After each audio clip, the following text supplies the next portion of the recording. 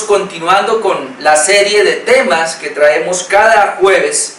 Vamos a continuar hoy con el Catecismo de Heidelberg. Catecismo de Heidelberg, escrito en el 1563 por aquellos reformadores de su época. Y estamos mirando a bastantes temas acá. Ya hemos agrupado una serie de temas, sobre todo basándonos en el primer credo, el credo de los apóstoles. Ya estamos como aterrizando y nos quedan algunos temas. Hace 8 días habíamos hablado nosotros acerca de que hay muchos falsos, ¿no?, dentro de las iglesias, que no son verdaderamente cristianos y que por eso, si no están verdaderamente arrepentidos, esas personas lamentablemente van a ir al infierno. Se hablaba de una vida de cambio, una vida que dé fruto. El creyente debe dar fruto. Yo como lo veíamos el domingo, si estamos ligados a la vid verdadera, como pámpanos, entonces vamos a dar fruto. Y entonces, siguiendo con ese estudio, y veremos el estudio número 33, abarcaremos 4 preguntas, es decir, las preguntas 88, 69, 90 y 91. Y estas preguntas tienen que ver entonces, porque la última pregunta, la pregunta número 87, se decía, bueno, y si estas personas dicen que creen en Jesucristo, pero no hay un cambio verdadero, entonces, ¿qué va a pasar con ellos? Si no se han arrepentido verdaderamente, pues obviamente que van a ir al infierno, se van a condenar. Entonces la pregunta 88, basado en esa parte, y quiero decirles que ya después vamos a ver los 10 mandamientos que están acá en el Catecismo de Heidelberg, y luego el último tema será el de la oración, así que vamos a ver cómo resumimos todo esto. Pero la pregunta número 88 de esta noche sería: ¿de cuántas partes se compone el verdadero arrepentimiento o conversión? Dado, como veíamos hace 8 días, que si no hay un verdadero arrepentimiento, las personas no van a ir al cielo, porque Dios exige una verdadera conversión. Y la palabra teológica es conversión, que define también arrepentimiento, pero obviamente la palabra conversión hemos dicho que es una moneda de 2 caras, la conversión, porque la conversión tiene por una parte lo que es el arrepentimiento verdadero y por la otra parte lo que es la fe verdadera, y esa es la conversión. Es decir, cuando una persona oye el Evangelio y se convierte al Señor para ser salva, esa persona debe arrepentirse verdaderamente y debe creer verdaderamente, y a esas 2 partes o 2 caras se llama lo que es la conversión. Pero hoy vamos a hablar específicamente del arrepentimiento. Bueno, definiendo arrepentimiento, es un cambio de actitud, es un giro de 280 grados, es decir, nosotros íbamos en una dirección, pero al arrepentirnos cambiamos de dirección y tomamos la correcta. Ese sería el verdadero arrepentimiento. Entonces la pregunta es: ¿de cuántas partes se compone el verdadero arrepentimiento o conversión? Y la respuesta es de 2 partes. Y aquí está: la muerte del viejo hombre y la vivificación del nuevo. La muerte del viejo hombre y la vivificación del nuevo hombre. Así lo registra la Biblia, y eso es lo que vamos a ver esta noche. Entonces lo primero que vamos a ver es que esto es muy evidente. O sea, la Biblia nos presenta las 2 partes.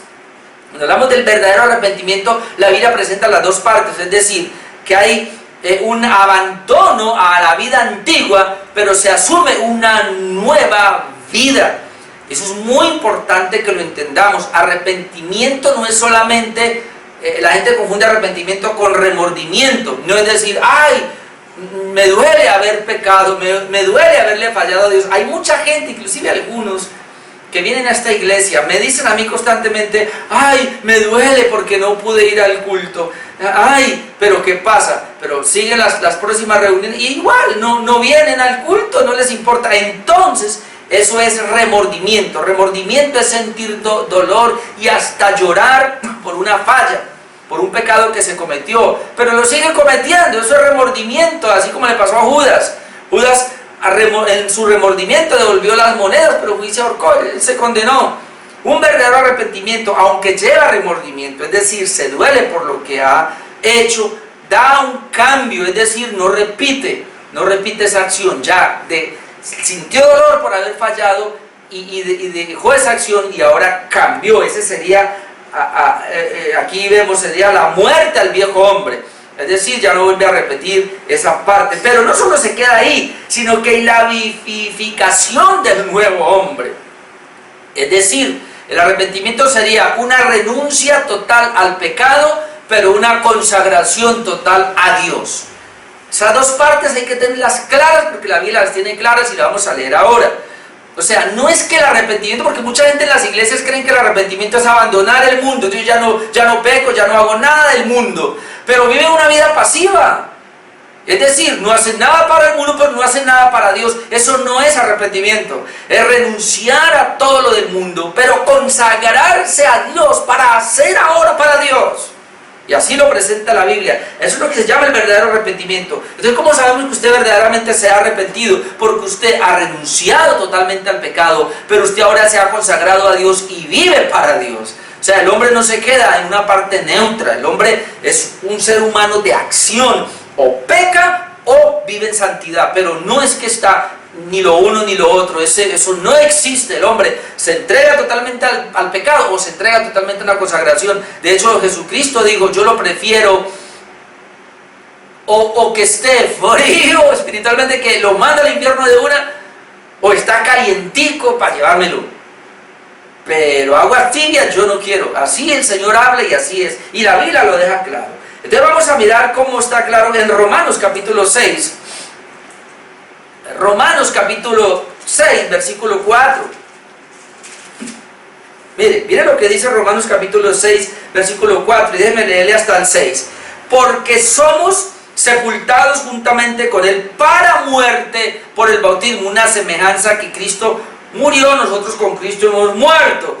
A fin de que como Cristo resucitó por la gloria del Padre, resucitó de los muertos por la gloria del Padre, así también nosotros andemos en vida nueva. Ese texto es claro: muerto al pecado, pero Jesucristo murió y resucitó. Nosotros con Cristo hemos muerto al pecado, pero hemos sido vivificados. Miren lo que dice el verso 5 y 6. Porque si fuimos plantados juntamente con Él en la semejanza de su muerte, así también lo seremos en la de su resurrección. Es decir, está la simbología: muertos con Cristo para nosotros, muerto al pecado, resucitado con Cristo, resucitado a una vida nueva. Versículo 6, sabiendo esto, que nuestro viejo hombre fue crucificado juntamente con Él. Nuestro viejo hombre fue sepultado, fue crucificado juntamente con Él, para que el cuerpo del pecado sea destruido. Mire, habrá una destrucción total del pecado, a fin de que no sirvamos más al pecado. Entonces aquí vamos a servir pues a la justicia. Más adelante lo dice. Ahora, otro texto que es muy claro es Efesios capítulo 4. Vamos más adelantico. Nos vamos a encontrar con Efesios capítulo 4 versículo 22. Y Efesios capítulo 4 versículo 22. En cuanto a la pasada manera de vivir. ¿Sí está notando? Pasada manera de vivir. ¿Qué va a pasar entonces cuando estamos en la pasada manera de vivir? Despojaos del viejo hombre que está viciado conforme a los deseos engañosos. Despojaos del viejo hombre. Otra parte diría dale muerte a ese viejo hombre, porque ese viejo hombre está viciado conforme a los deseos engañosos. Con el viejo hombre no se puede jugar. Con la naturaleza carnal y pecaminosa que está aún dentro de nosotros no se puede jugar, porque él está viciado. Es decir, él va a repetir las mismas acciones que tenía antes, conforme a los deseos engañosos. Por eso hay que vaciarnos de él. En cuanto a esa pasada manera de vivir, despójese, vacíese de ese hombre. ¿Y qué va a hacer inmediatamente? Y renovaos en el espíritu de vuestra mente. Note, renuévese ahora en el espíritu de tu mente, y vestidos del nuevo hombre creado según Dios en la justicia y santidad de la verdad. Oh, mi amado hermano, si usted se ha arrepentido verdaderamente, usted está requete consagrado al Señor, porque aquí la Biblia lo expresa de esa manera. No hay tal que yo ya me arrepentí del pecado, que yo abandoné el pecado, pero ahora no hay consagración. Ahora en usted no se le ve anhelo por las cosas de Dios. Usted no lee la palabra, usted no ora, usted no le interesan las cosas de la iglesia, usted como que vive tranquilo por ahí. Ah, no, pero yo ya no hago lo mismo que hacía antes. No, eso no es un arrepentimiento. El arrepentimiento verdadero es abandono y entrega ahora. Así lo dice: muerte al viejo hombre, pero ahora metido a una nueva vida que el Señor nos ha dado. Y como si fuera poco, Colosenses 3, ahí más adelantico, nos dice lo mismo, y el apóstol Pablo lo repite una y otra vez para ver si lo comprendemos. Colosenses capítulo 3, versículo, vale, desde el 5, versículo 5. Mire lo que dice: haced morir pues lo terrenal en vosotros. Y le toca al creyente hacer morir lo terrenal, ese viejo hombre.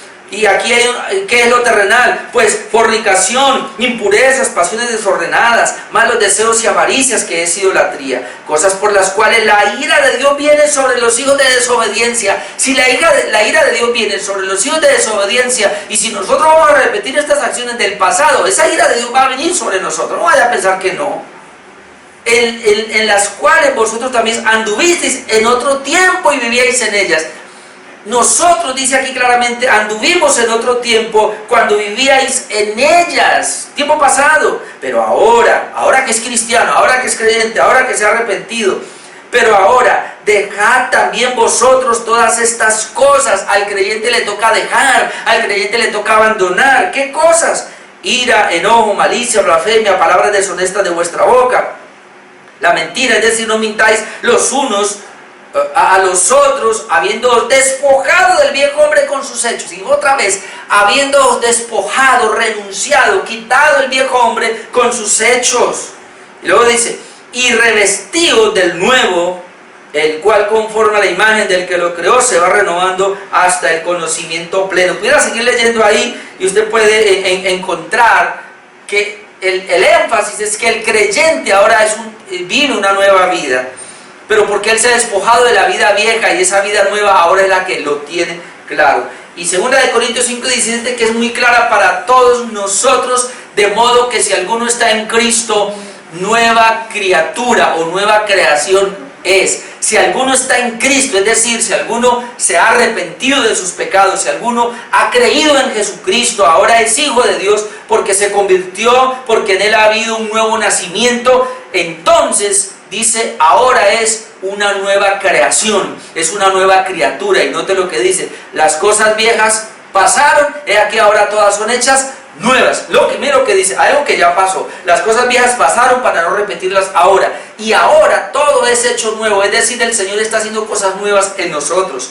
Entonces, cuando la pregunta nos dice de cuántas partes se compone el verdadero arrepentimiento, de dos: muerte al viejo hombre y una vivificación de la nueva vida o el nuevo hombre. Ahora, la pregunta número 89 sería, ¿qué es la muerte del viejo hombre? Bueno, si ya vimos eso, entonces ahora, ¿qué es la muerte del viejo hombre? Y aquí está la respuesta. La muerte del viejo hombre es un dolor sincero por el pecado que nos haga odiarlo y abandonarlo más y más. ¿Qué le parece esa respuesta? Genial. ¿Cómo sé que he muerto al viejo hombre? Pues aquí nos vamos a dar cuenta si usted verdaderamente y yo hemos muerto al viejo hombre. La muerte al viejo hombre es un dolor sincero por el pecado, dolor sincero cuando se peca, que nos hace odiarlo, nos lleva a odiarlo y nos lleva a abandonarlo más y más. Dolor sincero porque hemos pecado. Nos lleva a odiar el pecado y nos lleva a abandonarlo cada día más y más. Es decir, cuando hablamos de santidad es eso, el creyente cada vez se consagra más al Señor, pero más, y va abandonando esa vida de pecado.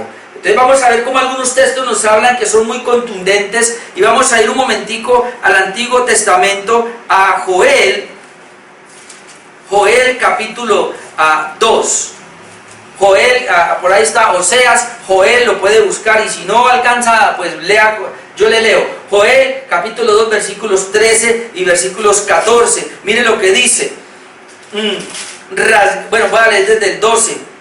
Por eso pues ahora dice Jehová, convertíos a mí con todo vuestro corazón, con ayuno, lloro y lamento. No, hay un dolor, convertíos a mí. Es arrepentirse con dolor, es decir, con todo vuestro corazón, con ayuno, lloro, se llora y lamento. Luego dice, rasgad vuestro corazón, debe doler. Usted rasga algo, su corazón está adolorido por haber pecado delante de Dios.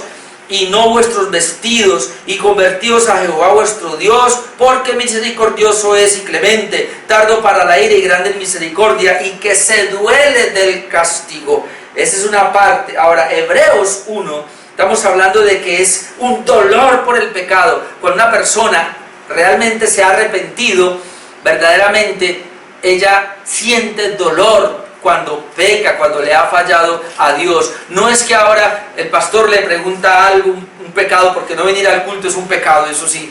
Y entonces el pastor le dice, ¿y por qué no viene al pecado? Y usted se llena de excusas. No, usted tiene que decirle, la embarré, sí, yo amo más otras cosas, pastor, y por eso no voy al culto, me duele delante de Dios no haber ido. Pero algunos no hacen eso, sino que se llenan de excusas. Miren lo que dice Hebreos 1 ahora, Hebreos 1:8.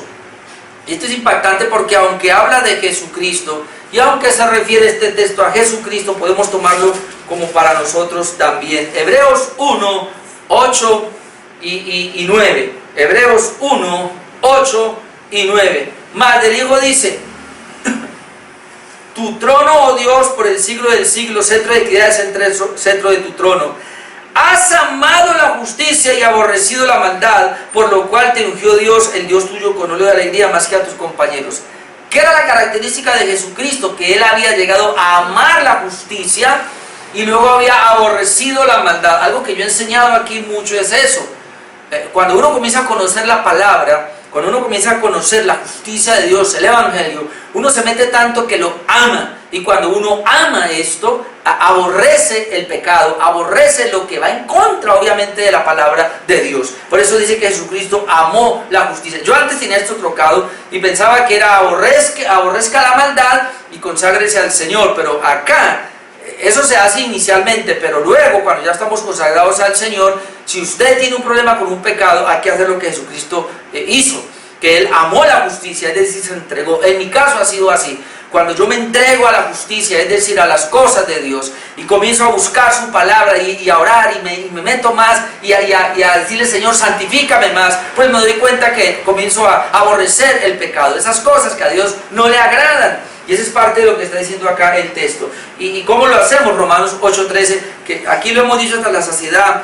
De hecho, tenemos en nuestro canal de YouTube tenemos una serie sobre la mortificación del pecado. Pero vamos a leer Romanos 8:13 para que veamos cómo hacemos nosotros, cómo hace un cristiano realmente si siente dolor por el pecado, si lo aborrece y lo va a abandonar cada día más y más. Dice el versículo 13, Romanos 8:13, porque si vivís conforme a la carne moriréis, mas si por el Espíritu hacéis morir las obras de la carne viviréis, porque el pecado son las obras de la carne.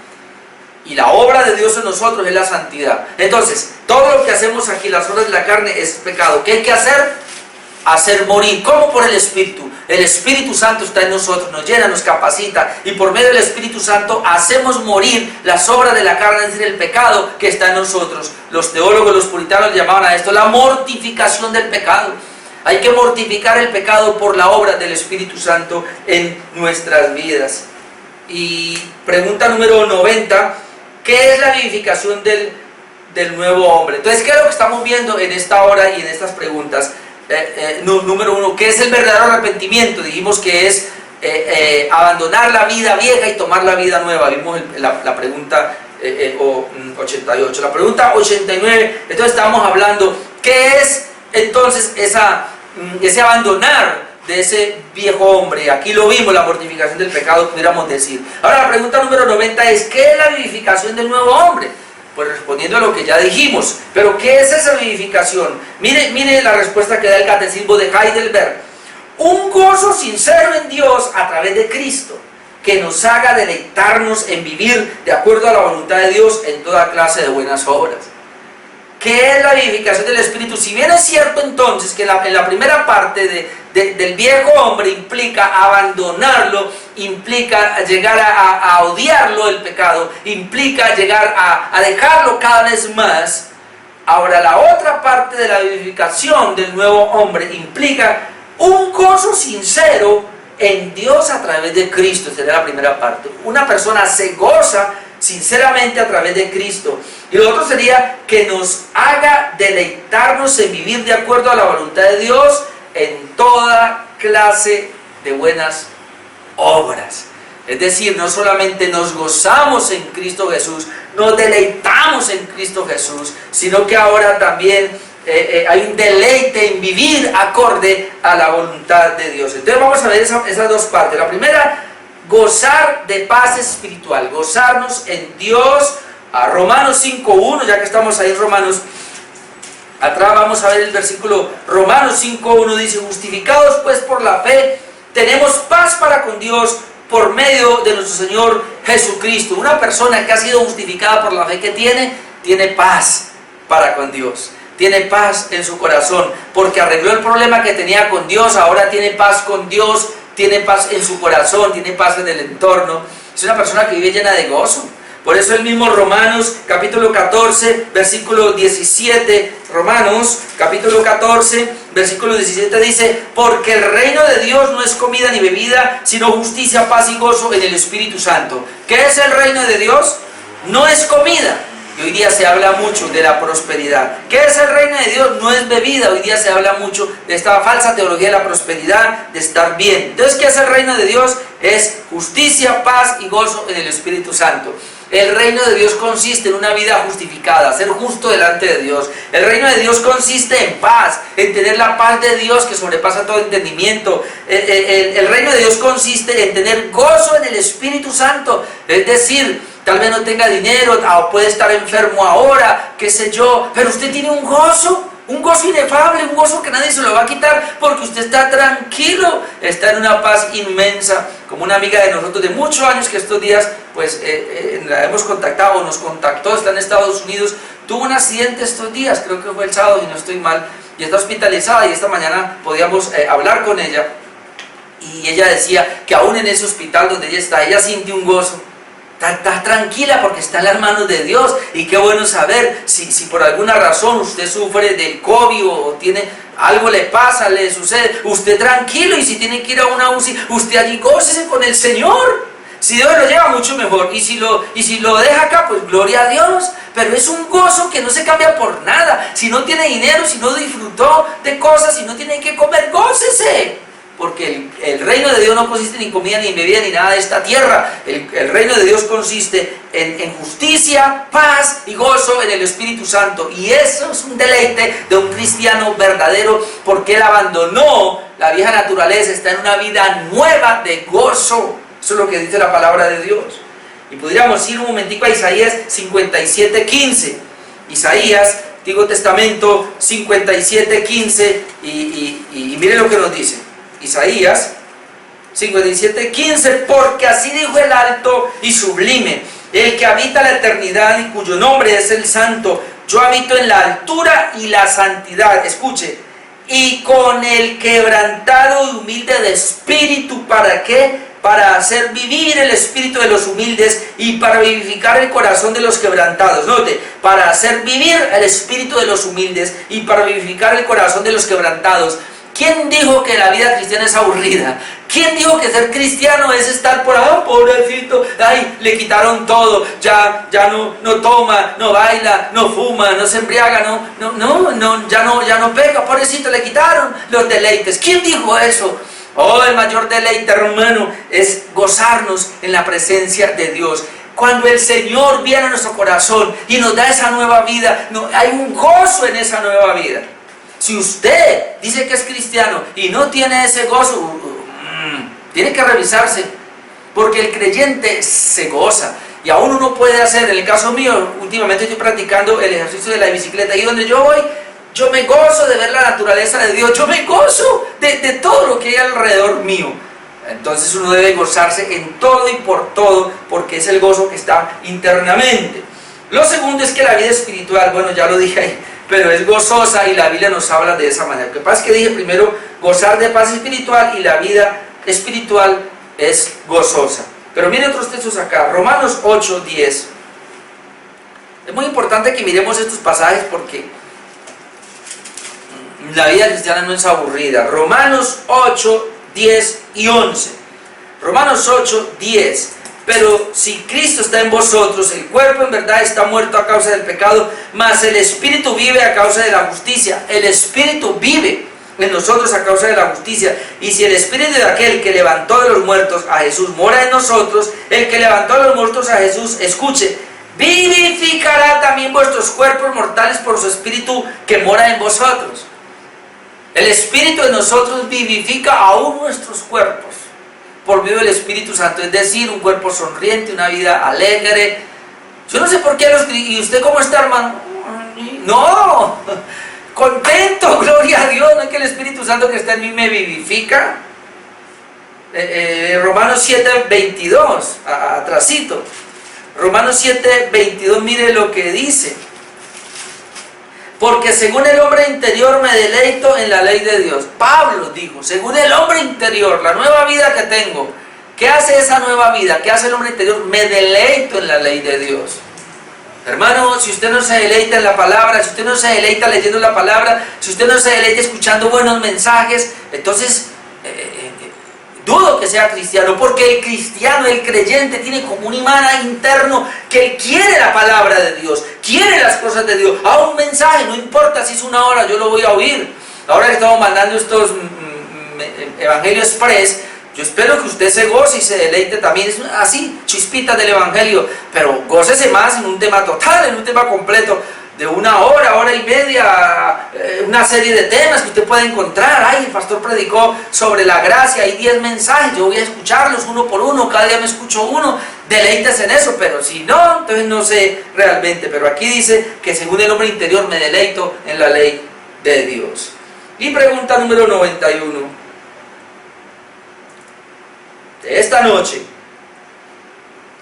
¿qué son las buenas obras? ¿Qué son las buenas obras? Y la respuesta del catecismo es la siguiente: solamente aquellas que proceden de la verdad, de la verdadera fe, que se hacen de acuerdo a la ley de Dios y para su gloria, y no las que descansan en nuestra propia opinión o en mandamientos de hombres. Hay 5 puntos.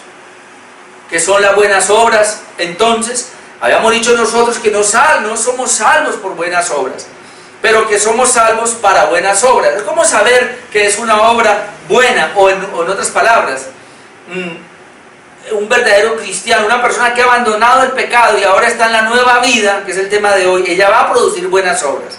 Entonces, ¿cuáles son esas buenas obras? Entonces, aquí hay 5 puntos. Vuelvo y lo leo y luego defino punto por punto. Solamente aquellas que proceden de la verdadera fe, que se hacen de acuerdo a la ley de Dios y para su gloria, y no las que descansan en nuestra propia opinión o en mandamientos de hombres. Vamos por partes. ¿Qué son las buenas obras? Entonces, esas buenas obras, número 1, solamente aquellas que proceden de la verdadera fe. Romanos 14, 23. Este está en Romanos, ahí no se ha ido. Bueno, Romanos 14, 23. Aquí están las buenas obras. Pero el que duda sobre lo que come es condenado, porque no lo hace con fe. Y todo lo que no proviene de fe es pecado. Una verdadera obra en la nueva creación, la nueva vida en Cristo que agrada a Dios, nace de un corazón lleno de fe. Es decir, esa buena obra se hace por medio de la fe. Si esa buena obra no lleva fe, entonces es pecado y no le agrada a Dios. Esa sería la primera parte. La segunda parte, que se hace de acuerdo a la ley de Dios. Esas buenas obras se hacen de acuerdo a la ley de Dios. Efesios 2:10. Vamos a mirar, aunque es un texto muy conocido, pero vamos a mirarlo. Efesios capítulo 2, versículo 10, que dice el versículo 8, que aunque no somos salvos por obras, para que nadie se gloríe, el versículo 10 claramente nos dice, porque somos hechura suya, creados en Cristo Jesús. Tiene que ver con la nueva vida, la nueva creación, para buenas obras, las cuales Dios preparó de antemano para que anduviésemos en ellas. Note, la nueva creación, el viejo hombre produce obras de maldad. La nueva creación, el nuevo hombre produce ahora buenas obras, pero esas buenas obras, dice que hemos sido creados en Cristo Jesús para buenas obras. Es decir, un creyente, una persona regenerada, debe sí o sí producir buenas obras. Por eso yo le decía al comienzo, un creyente no se puede quedar neutro, no se puede, ay no, pero entonces ¿cómo le va a usted? No, yo estoy ahí neutral, ni para arriba ni para abajo. No, señor. Mire lo peligroso, o usted está en detrimento o en crecimiento, o usted está en retroceso o en avance.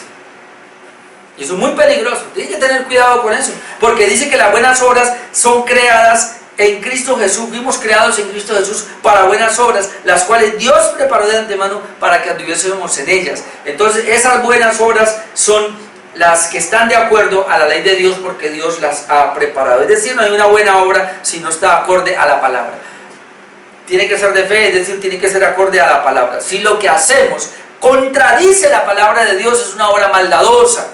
Pero si lo que hacemos está de acuerdo a la palabra de Dios, además de que es de fe, está de acuerdo a la ley de Dios. Número 3 es una obra que es para la gloria de Dios. Primera de Corintios 10:31, usted ya conoce el pasaje. Todo lo que hagamos, sea que comamos o que bebamos, hagámoslo todo para la gloria de Dios.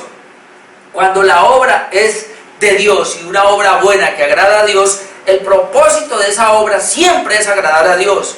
Y hay que tener cuidado con eso. Lo que hacemos debe ser para la gloria de Dios. Número 4, esas obras no descansan en nuestra propia opinión. Y quiero ir a Deuteronomio 12:32. No descansan en nuestra propia opinión.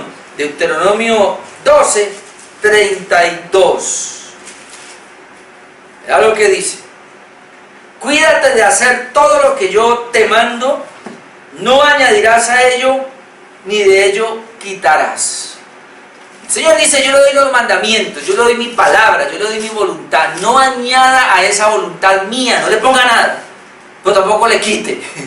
O sea, hermanos, la palabra de Dios es compacta, la palabra de Dios es íntegra, la palabra de Dios es perfecta. A la palabra yo no le puedo poner, pero la palabra no le puedo quitar. Ese es el problema que tenemos hoy día con muchas iglesias, muchos pastores, que le añaden a la palabra lo que no está escrito, o peor, le quitan a la palabra de lo que está escrito. Entonces nosotros tenemos que, para que sea una buena obra que agrade a Dios, no descansa en nuestra propia opinión. Es decir, yo no puedo ponerle, yo creo que lo que dice el texto es así. No, no es lo que creo que dice, es lo que dice el texto. O no, eso ya no vale para nosotros hoy día, esa palabra ya no tiene valor. No, hay que tener cuidado con eso. Obviamente hay que mirar el contexto que quedó en el antiguo pacto y que pasa al nuevo pacto, y eso hay que mirarlo en la escritura. Y último, también tiene que ver las buenas obras, es que si bien es cierto que no descansa en nuestra propia opinión, pues es un mandamiento, tampoco debe ser un mandamiento de hombres, no descansa en los mandamientos de los hombres. Y vamos a ir a Mateo capítulo 15. No es mi propia opinión, pues tampoco es la opinión de los hombres, que ese es el otro punto. Hay gente que dice, bueno, yo lo hago, o yo no lo hago, o yo lo hago porque a mí me dijeron que lo hiciera. Ojo con eso. Usted no puede decir, yo lo hago porque el pastor me dijo, yo lo hago porque así la iglesia lo hace, o yo no lo hago porque el pastor no lo hace, yo no lo hago porque la iglesia no lo hace. No. Usted lo hace o no lo hace porque Dios lo dijo en su palabra. Y hay que tener cuidado ahí. Entonces el otro punto es que tampoco podemos nosotros tomar los mandamientos de los hombres abandonando la palabra de Dios. Mateo 15:7. Mateo 15:7, voy a leer hasta el 9, dice, hipócritas, y le está hablando a los judíos de esa época, fariseos, bien profetizó de vosotros Isaías cuando dijo, este pueblo de labios me honra, mas su corazón está lejos de mí. Escuche, pues en vano me honran, enseñando como doctrina mandamientos de hombres. Y la teología de la prosperidad es un mandamiento de hombres. Y toda esa gente que dice, yo estaba en un cuarto secreto y Dios me visitó y Dios me dio una palabra, es mandamiento de hombres. Todas las visiones que han tenido, de donde han surgido las famosas religiones, uno puede comenzar por los mahometanos. Mahoma supuestamente recibió una visión. La Piraquive recibió una visión. Los mormones recibieron una visión para supuestamente el libro, un tal Moroni, el libro del Mormón. Y hoy día la mayoría de los pastores es que ven visiones y yo tengo una visión de Dios, que Dios me habló y Dios me dijo y por eso hago esto. Y la gente le copia y la gente lo sigue. Es increíble, pero la teología de la prosperidad es un invento de los hombres. Eso viene inclusive de la metafísica, eso viene del ocultismo por allá. Y de ahí salió todo ese pensamiento positivo, inclusive en las iglesias que hoy día que son supuestamente de fe o de confesión positiva. Todo eso es añadido, todo eso son doctrinas de los hombres y ellos la enseñan como si fueran doctrinas de Dios. Y eso es falso, eso es equivocado. Entonces nosotros no podemos tomar los mandamientos de los hombres y recibirlos como si fuera palabra de Dios. Tenemos que tener mucho cuidado. Iglesia, despierte. Hoy es el día de coger la escritura, hoy es el día de coger la palabra de Dios y leerla para no tragar entero. Hoy día usted no puede escuchar a esos predicadores que le hablan cualquier cosa por ahí y le traen enseñanza. Nosotros estamos en contra inclusive de todo ese neocarismatismo, neopentecostalismo, todo eso que se ha levantado ahora. Porque todos esos moveres que ponen a temblar a la gente, los ponen a hacer payasadas, o como dice por ahí un conocido, ridiculeces, que uno ve eso y uno se queda aterrado. ¿Por qué es lo que está pasando hoy día? No, todas esas cosas son inventos de los hombres que los han traído, y eso no son obras que agradan a Dios, son malas obras. Entonces concluyo diciendo brevemente qué son las buenas obras, y tienen estos 5 elementos. Solamente aquellas que proceden de la verdadera fe. Es un corazón que ha sido arrepentido verdaderamente, y ya dijimos que es un corazón arrepentido, ha dejado el pecado, pero se ha consagrado a Dios, que tiene verdadera fe. Nace esa buena obra de ese corazón, que se hace de acuerdo a la ley de Dios. Número 2, se hace de acuerdo a la ley de Dios, es decir, lo que dice la palabra de Dios lo hace. Número 3, se hace para la gloria de Dios, no para la gloria del hombre, sino para la gloria de Dios. Número 4, no las que descansan en nuestra propia opinión. Esas obras no son mi propia opinión. Pero en quinto lugar, tampoco son la opinión de los hombres, como dijimos acá, porque serían doctrinas inventadas por hombres. No, necesitamos hoy levantarnos a ver la sola escritura, y eso es lo que nos sostiene a nosotros. Entonces, este sería lo que podemos ver del catecismo de Heidelberg. Dentro de 8 días vamos a comenzar a ver la ley de Dios, y luego miraremos el último punto, que es la oración, y obviamente ahí lo vamos a detener. No sé si vaya punto a punto o tome de a 2 lecciones para avanzar un poco más, pero por hoy llegamos hasta ese punto, quedando el catecismo de Heidelberg de ahí en adelante solamente 2 puntos más: la ley de Dios y la oración. Vamos a dejar por hoy ahí en esta noche. Vamos a orar.